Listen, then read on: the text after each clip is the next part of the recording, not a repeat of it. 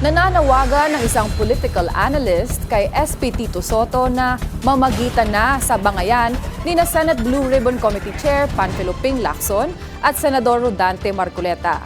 Baka raw kasi madiskaril nito ang investigasyon ng Senado sa flood control fiasco. Kailangan na rin daw imbitahan ng Blue Ribbon si former House Speaker Martin Romualdez. Ang detalye sa agenda report ni Attorney Karen Gemino. Panahon na para isang tabi ang parliamentary immunity at imbitahan si dating House Speaker Martin Romualdez sa flood control probe ng Senate Blue Ribbon Committee. Yan ang paniwala ni political analyst Dr. Froilan Calilong.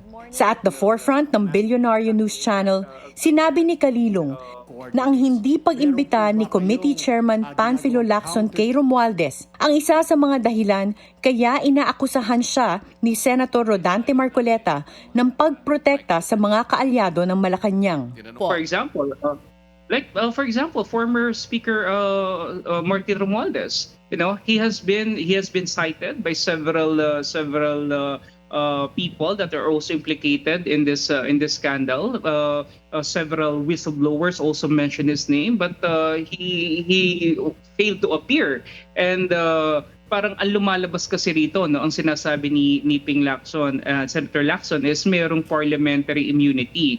Pero I really felt that in an issue with this level of magnitude, I think itong mga long-standing traditions na to pwede naman natin sigurong iset aside for the sake and the pursuit of something real and tangible and something that will really change the complexity and at least the perception ng publiko regarding the scandal. Dagdag ni Calilong, dapat ding imbestigahan ng Blue Ribbon Committee ang mga alegasyon ng mga nagpakilalang 18 ex-Marines at bagmen umano ni resigned Congressman Zaldico na nagdala sila ng mga male-maletang pera sa mga politiko.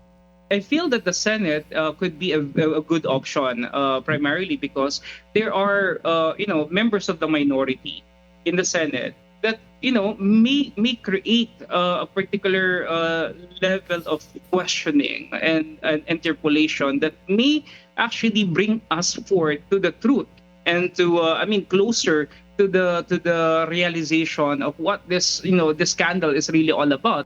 Bagamat hindi na bago ang bangayan sa pagitan ng mga senador, nananawagan si Calilong kay Senate President Tito Sotto na mamagitan na kay Lacson at Marcoleta. Nagkakapersonalan na raw kasi ang dalawa at hindi ito maganda sa mata ng publiko. Para sa agenda, Attorney Karen Gemino, Billionaire News Channel.